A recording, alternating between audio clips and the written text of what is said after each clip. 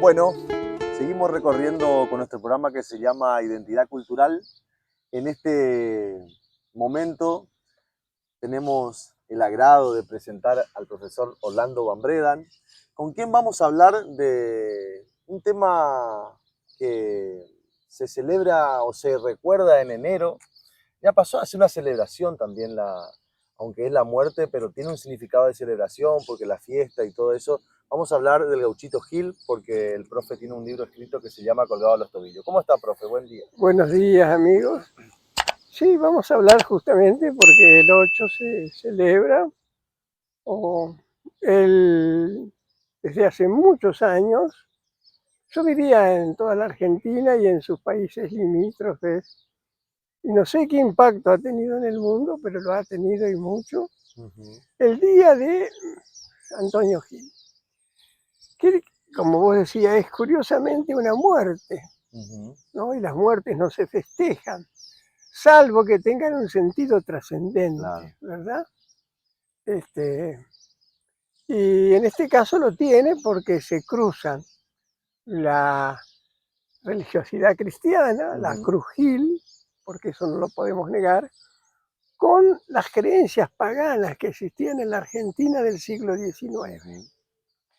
Entonces tenemos nosotros un gaucho que fue por obra y gracia del pueblo, sin que mediara ninguna autoridad, santificado, ¿no? El santito, dice la gente, el gauchito, que es un diminutivo, lo que nos lleva a pensar que debió ser una persona joven, ¿no? Muy joven, que inspiró a muchos una devoción que es maravillosa. Yo vengo de un catolicismo, ¿no es cierto?, desde niño, que aprendí todo lo que se puede saber acerca de los sacramentos, acerca de lo eclesiástico. Pero esto curiosamente nace fuera. Claro. Es una religiosidad que se denomina popular o marginal, porque no hay aquí mediadores, no hay pastores, no hay curas, no hay doctrinas, Claro, no hay credo. La gente, he estado muchas veces allí en Mercedes, siente un deseo de agradecer. Esto lo quiero dejar en claro porque al gauchito no van a pedirle muchas veces. La mayoría va a agradecerle algo que ya hizo. Y no dice milagro la gente, dice favores. Una vez hablando con Víctor Hugo Morales me decía si hacía milagros el gauchito. Hace favores. Favores. ¿Y qué son los favores? Los que te hacen los amigos. Claro.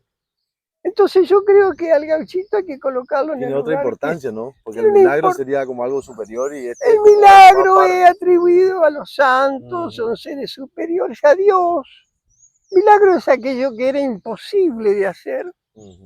Pero la gente al gauchito a veces le pide cosas pequeñas. Claro. Y él les cumple. Yo en ese sentido me fui acercando a Antonio Gil para conocerlo porque desde niño he tenido la pasión de escribir, como todos saben, de narrar historias. Para mí la vida es compendio de historias, ¿no? Decía Eduardo Galeano que la vida era una sucesión de pequeños relatos en los que entra desde lo más cotidiano hasta lo más trascendente. Estamos hechos de pequeñas historias, todos somos portadores de historias. Entonces ya viene otro tema. Desde el primer momento, en el año 1992, en que yo entré en contacto con esta historia, sentí el deseo de escribirla. A ver, estábamos hablando afuera de cámara con el profe de decir, usted era una persona escéptica, es decir, una persona que no creía tanto. No. ¿Cómo nace esto? ¿Cómo nace su admiración o esto de creer en el gauchito? Mira, yo creo que eso tiene que ver con una serie de causalidades. No puedo decir que hubo un hecho sobrenatural que me llevó ahí. No, un hecho simple. Viajábamos en el año 92 en un viejo Peugeot con mi familia y una amiga. Y al llegar justamente a las cercanías de la localidad de Mercedes, donde está emplazado el santuario, al Gauchito, que yo no sabía que existía tal cosa, el auto se rompe. No voy a describir qué tenía, pero se rompe y tengo que quedarme 3 días allí. En esos días la gente me cuenta todo sobre el Gauchito sin que yo se lo solicite. Claro. Me dice, usted ha llegado al lugar de Antonio Gil. Parece que tenía la consigna de contarles a todos. Y lo que me contaban era muy simple, la historia de un gauchito inocente, que fue asesinado por los poderosos, que lo cuelgan de los tobillos, como dice mi libro. Claro. Lo degüellan y lo acusan de crímenes y de robos que no cometió, porque en definitiva después supe que lo habían degollado porque era desertor. Porque no quería seguir uniéndose a un ejército manipulado por caudillos inescrupulosos, ¿no? Y no se lo perdonaban, tal vez le hubieran perdonado que robara algo en la estancia, pero lo que no podían perdonarle era que sea desertor, porque los gauchos fueron utilizados siempre, como sabemos en la Argentina, para saciar la codicia de los poderosos. Los caudillos, en definitiva, muchos de ellos, lo que hacían es defender sus propiedades. ¿Y a quiénes usaban? A sus peones, que eran generalmente estos gauchitos, que no entendían. En nombre de la patria se cometieron los peores crímenes a favor de gente codiciosa, como fueron muchos de los caudillos argentinos, no todos. Él ya tiene una particularidad ahí que hace como una reflexión sobre eso y no quiere participar de la muerte de no quiere, entre hermanos. Exacto, se dice incluso, lo habrás leído por ahí, que él no quería ir a la guerra del Paraguay. Claro, la Triple Alianza. A la guerra de la Triple Alianza. Había una resistencia. Recordemos que la guerra de la Triple Alianza, ¿no es cierto?, que fue, algunos dicen la Triple Infamia, fue tremenda porque fueron 3 países aliados contra Paraguay para destruirlo.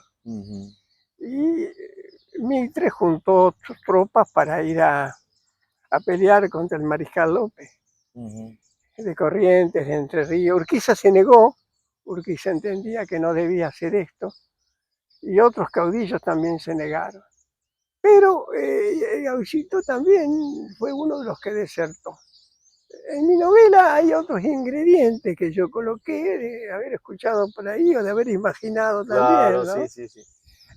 Pero es interesante el hecho de que ese año el auto se rompe, me cuentan la historia de Antonio Gil, pero ahí cuando empiezo a enamorarme de la historia, a partir de un hecho que yo considero que no tiene explicación racional. El día lunes, cuando el auto ya estaba en condiciones cuando sale ya del mecánico. Ya sale del mecánico, ¿no es cierto? Después de hacer un trabajo bastante arduo, porque hubo que sacar el motor, pulir la tapa de cilindro, colocar una junta nueva, colocarle un medidor de temperatura nuevo, y me dice, mire, me dice el mecánico, ahí está el hecho, ¿no?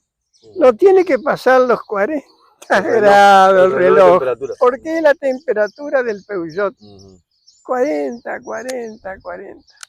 Si pasa es porque hay un problema.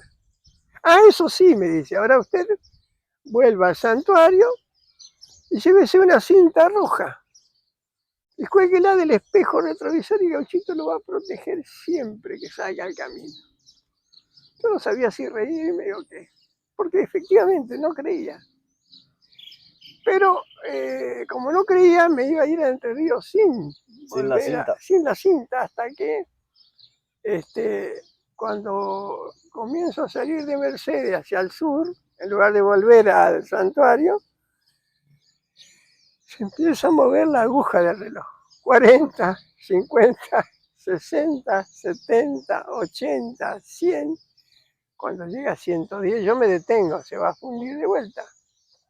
Estaciono. Pero no me asusté, lo que dije fue, qué mal trabajo hizo el mecánico. El hombre, claro. Para que vuelva a calentarse tan rápido. Era imposible que se calentaran tanto en 30 kilómetros. Bueno, le digo, voy a volver para preguntarle qué hizo. Yo vuelvo, pero cuando vuelvo, a la misma velocidad, en lugar de calentarse, empieza a bajar la temperatura. Y ahí empieza eso, como decís vos, esa cosita que te da de estar frente a un misterio. Claro, el misterio. Que me lo expliquen los científicos, que me expliquen los científicos qué pasó en ese momento. Ajá. Bueno, yo llego sin problema y le explico lo que pasó. Y me dijo, claro, ¿sabe por qué pasó eso? Me dice, porque usted lo puso la cinta roja. Pero mirá, Era un le digo, imperativo. bueno, entonces el buen hombre me dice, bueno, mire, déjeme a mí, permítame. Nunca he visto un acto de fe tan evidente. Se subió al auto él conmigo, nos fuimos los dos hasta el santuario, él se bajó, puso una cinta roja, dice, ahora vaya tranquilo que no va a calentar más. Pero no va a mirar el radiador, vaya tranquilo. Digo, mire que yo conozco curandero de personas, pero curandero de vehículo. Bueno, y ahí empecé a pensar en dónde estaba. Estaba en Corrientes, cuando los correntinos dicen Corrientes tiene Payé, tienen toda la razón del mundo. Bueno, llegué a Entre Ríos con 40, me fui al río varias veces, a la playa, con 40 de temperatura. Regresé con 40 de temperatura y obviamente cuando llegué a Mercedes fui a hablar con el mecánico. Claro.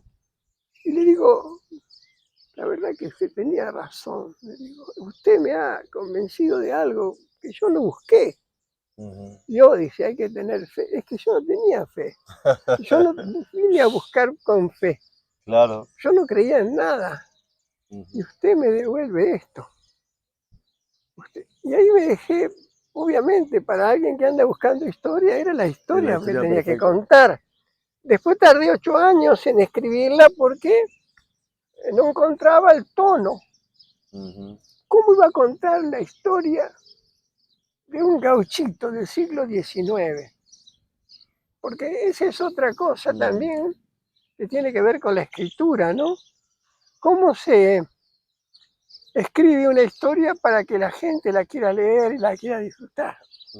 Si yo la contaba desde lo intelectual, perdía distancia, ¿no? Alguien que mira con...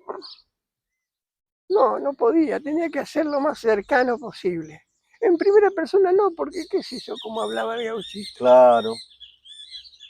Hasta que un día llegó Lautaro a mi casa con un pendrive de José Larralde. Y todas las mañanas yo me sentaba a tomar mate y dije, claro, ese es el registro gauchesco. Un narrador en tercera persona que hable como un gaucho culto, pero sin perder la entonación gauchesca. Por eso le robé a Larralde algunas expresiones, por ejemplo, una frase que dice, taloneó su tordillo, y me encantó, ahí la anoté. Claro. Cuando la terminé de leer, se la di a uno de mis hijos, Orlandito, y me dijo, es una rara mezcla de García Márquez con Martín Fierro. Eso era. Eso es lo gauchesco y lo mágico, porque ahí me salió una expresión que es el regionalismo mágico. Describir tu realidad, en la que todos estamos inmersos y a veces ni la vemos claro, y advertir lo que tiene de mágico. Porque eso fue un hecho mágico. Claro.